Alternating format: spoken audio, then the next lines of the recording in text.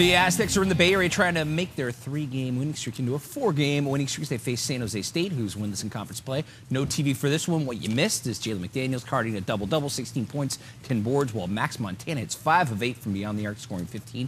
Aztecs win at the final 71-59. They'll host Boise State and Nevada on Tuesday and Saturday, respectively, to close out the regular season. Well, how about USD playing their final game on the road?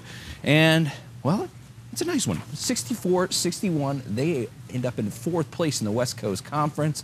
Juwan Gray, 18 points. Olin Carter III with 16. It's time for our playoff prep coverage, which means it's time to welcome Brandon Stone and Allison Edmonds.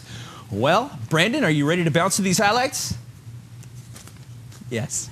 Allison, same for you? Yes. All right. Brandon did not like that one. I will get us started. There's an inside joke there. Cog and Pull opened the Fishing Girls Water Polo Finals on Cathedral Carlsbad. First period, the Dons' Lindsay Hightower launches the ball with some heat to take the 1-0 lead. 2 minutes left in the game, and Lancer senior Harley Young with the perfect timing to make a close-range goal and secure the lead. Carlsbad with the upset. They're champs, 4-2. Just since the beginning of season, we're a really new team. We've always been the underdogs, so this is really exciting for us to take our first championship together. Oh yeah, we trust each other so much in and out of the water, and that bond I think really that we have really brought us together and allowed us to do what we did in the water and take home this championship. More time at Kogan, Division I champs between Westview and El Camino. Third period now, Wolverine sophomore keeper Piper McCullough stopping the shot with ease, but the cat-like reflexes go to the Wildcats goalie. Julia Miller, game high 9 saves. El Camino D1 champs. Final 3-2. Well, I mean, we just won CIF. It's pretty insane. I think we're definitely a second-half team, and we clearly proved that tonight.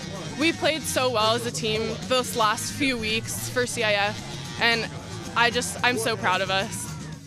We continue at Kogan Pool for the Girls CIF Division III Water Polo Championship. Mount Carmel's Kennedy Logan scores to give the Red Devils the 1-0 lead. Then it's Point Loma's Shelby Smith who finds Aja Whitaker, who scores, giving Point Loma a 1-goal advantage. Then Kristen Smith scores one of her 2 goals on the day. And it's time to jump in the pool as Point Loma wins their first CIF water polo title over Mount Carmel, the final 6-3. We're just excited. We came out really hard, and we're just happy to win. We're going to celebrate, and we knew what this game meant to us, and we went out there and we showed what we can do. All right, how about the D2 championship? Candy Crest, who won D3 last year, facing University City. The Centurions' Emily Hines scores to give UC a early 2-0 lead, while Candy Crest counters with 2 goals from Annie Richard, 2 goals from Zoe Chan, and 2 goals from Megan Tomasi. Candy Crest moves up the division and wins again. The final 6-3. I was a little nervous going into D2, and I didn't know how far we would get, but as the season progressed, I knew we were getting a lot stronger. But as CIFs approached closer, I was like, okay, we can do this. We're playing basketball. Lady Dons taking on top seed LJCD Bamford, running the show out there. Second quarter, the center, Kaylee Stifler, helps close the gap from downtown. Dons trail by 2 points. Here comes Paris Ashley Sickert at 3 of her only later in the third. Keep the Tories in the lead. They're heading to the Open Division semis, final 50-30. More Open Division, Westview traveling to Mount Miguel. Second quarter, Wolverine Mac Orabella with the soft touch off the glass for 2 of her team-high 8 points. Then it's Matador Kamara Douglas, who scores a game-high 15 points, along with this fourth quarter block. Mount Miguel wins 45-35.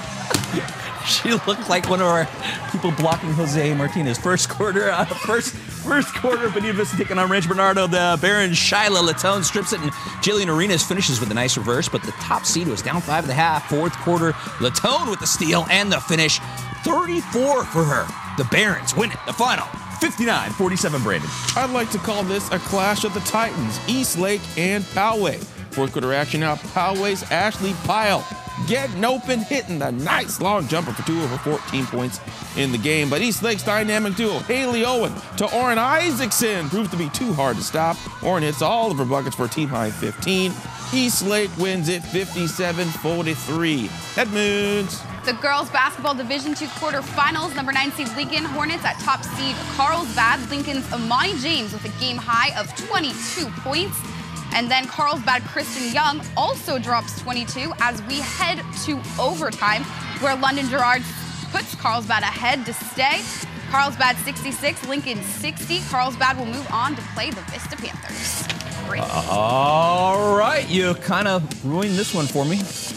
HELIX taking on VISTA. You know who wins this one? We're going to show you the highlights anyway. That's Kalia King with 2 of her 15, while VISTA's Deanna Hale leads the way with 19. The Panthers, Evelyn Taraz with the game high 16. Edmonds. Who does VISTA play?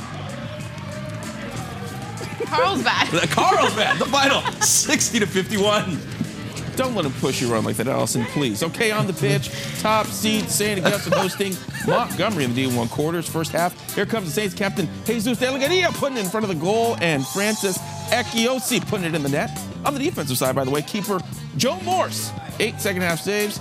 Last name Morse, but he plays with Saints, and he helps the Saints continue marching 1-0. More boys soccer, Coronado hosting Scripps Ranch. Halfway through the first half, the Falcons have a throw-in that gets headed multiple times before Cristobal Palacio heads it in from 15 yards out to take back the lead 2-1. Very play of the week worthy right there. Later in the second half, the Falcons get a corner kick that bounces around for a while before Edward Cheek heads it in for the score and puts the icing on the cake. The Falcons win this one 4-2. All right, D3 soccer, Patrick Henry and OTAY Ranch lead the second half. Patrick Henry with the penalty kick, and Kaz Rubin drains it to tie it at 1, but minutes later, OTAY on the attack, and it's Aaron Navarro. Look at the pretty footwork, and look at the goal. Finding the back of the net, OTAY wins it 2-1. Guaranteeing this game, a VISTA will win. VISTA traveling to Monte Vista. Second half, Panther goalkeeper Agustin Araujo keeping the game scoreless with this jump little save right there. But with 12 minutes remaining, Panther Yuri Zafra crossing the ball into the middle, and it's a freshman, Christian Martinez, scores the winning goal in his second attempt. VISTA wins it 1-0. All right, over at Torrey Pines, St. John Bosco from LA taking on St. Augustine in the Red Division Championship in rugby. First half, the Saints' Ethan McVeigh takes the snap and goes 13 yards for the try. Game tied at 7. Second half, the Saints' Charlie Rosen with the sneak over the goal line to pull the Saints within 5 with less than 5 minutes to go in the game. But they can't stop the Braves as George Holani goes 25 yards for the game-clinching try. St. John Bosco is your SoCal champions, the final 54-35. You know, even though we didn't get the result we want, I'm still really proud of the effort we put in. Hats off to Bosco. They played a great physical game, so hope they enjoy it. But it's definitely an upsetting feeling for the Saints, but we still did our best, and that's all that matters right now. All these guys on the field, I consider my brothers. I die for them on the field, so it really brings you close together. All right, CAF Championship Masters Wrestling Olympian High. Legendary coach Wayne Brenston wrapping up his 45 years, and he might have his best year yet in the heavyweight division. Andrew Johnson gets a 2-0 decision over West Hills Lucas Aki for the Poway's 8th win of the day. How about this? The entire team of 14 is advancing to the state meet. Coach Brandstetter, expect Brandon Stone to call you next week. The Titans win the Masters Team Championship again. The final 369.5. Like Groundhog Day? No, it's every group's a special group. This particular group I wanted to go out on because they're just such wonderful kids. I love them all. To take 14 guys to the state meet, you know, that's pretty special. It was a great way to go out in my 45th year. And, you know, I started in 1973. It's 2018. I can't believe it's been that long. But it's been a great ride. It doesn't get any better than that. All right, final thoughts, ladies and gentlemen. Well, did you like Rick, Allison, and myself talking a bunch of bad jokes and reading highlights? If you'd like to see it all again, go to KOSI.com right now, and we'll have them all. Also, don't forget to cast your vote for Battle of the Fans on all our social media accounts. The winner will be announced on Wednesday, February 28th. All right, thank you very much. Excellent job, you two. Well, the San Diego Sockers have already clinched the Pacific Division, but wait, there's more. They still have their celebrity game to play despite a signed petition. Guess who gets an invite back? That would be yours truly. Next Saturday at halftime, myself, along with fellow San Diego alumnus Rob Machado, soccer's great Aaron Susi, and a World Cup soccer great Shannon Millen all will be playing. It's also their home regular season finale if you're interested in you can go out there and see an old man out of shape try to relive his youth, and that will be me. All right, meanwhile, we do have soccer's highlights as they host Rio Grande. This is Christoph Toth making a couple of point-blank saves and gets the break started, where eventually Craig Childs with the beautiful back heel pass to Brian Farber, as that would a little too easy. Second quarter, Matt Clare puts it right on Childs' head to place it perfectly to a cutting Brian Farber, who scores the second. Childs finished the night. 5 assists for him, along with a couple of goals, as the Sockers in a rout, the final 13-3.